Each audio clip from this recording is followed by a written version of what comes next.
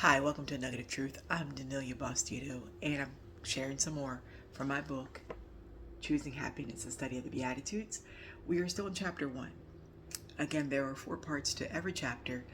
Part 3 is a personal example.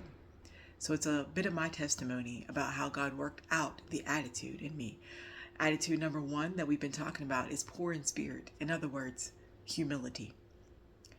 I will never forget the day that God looked down on me and heard my broken heart and sent one of his children to reach out to me and start me on this path of being poor in spirit. It was not just a one-time thing, although I was poor in spirit that day. I can't explain the hurt and desperation that I felt. I was sad, lonely, and felt like every person that I love would be better off without me. I was broken, but I didn't know why. I didn't understand why. My life was not terrible. I was not without people. In fact, I was surrounded by people. Friends and family were at my house daily. I had 6 children that I treasured. However, I knew and felt that something was missing. Something was not right. The truth is that I wanted to die, and ironically, that was where God wanted me. That was the place where he could finally get through to me. I had to let go of my life.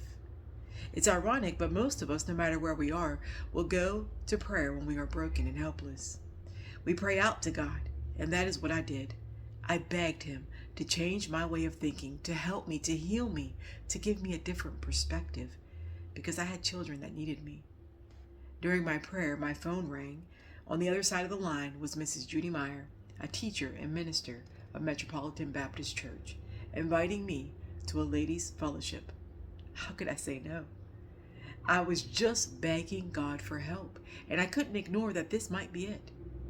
And it was.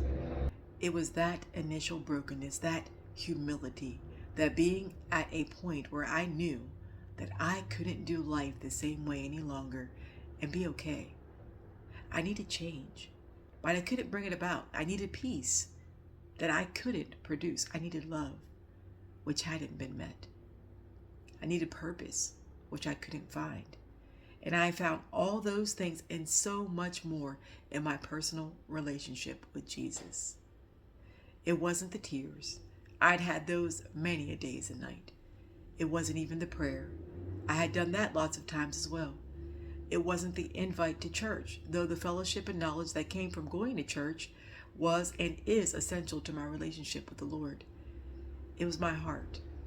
It was the attitude of being poor in spirit. That was the start of happiness for me. No, I don't have a perfect life. No, I am not without struggles and pain. However, I have an anchor. I have promises to hold on to.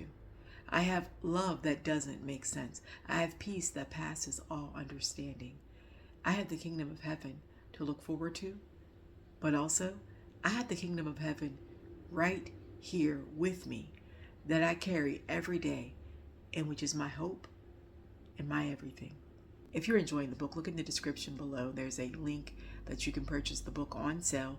But then also, if you cannot afford a book, please email me at the email address provided, and I will do my best to get a copy to you as quickly as possible. Part 4 is going deeper, so there are some application questions that are up to you whether you wanted to do them.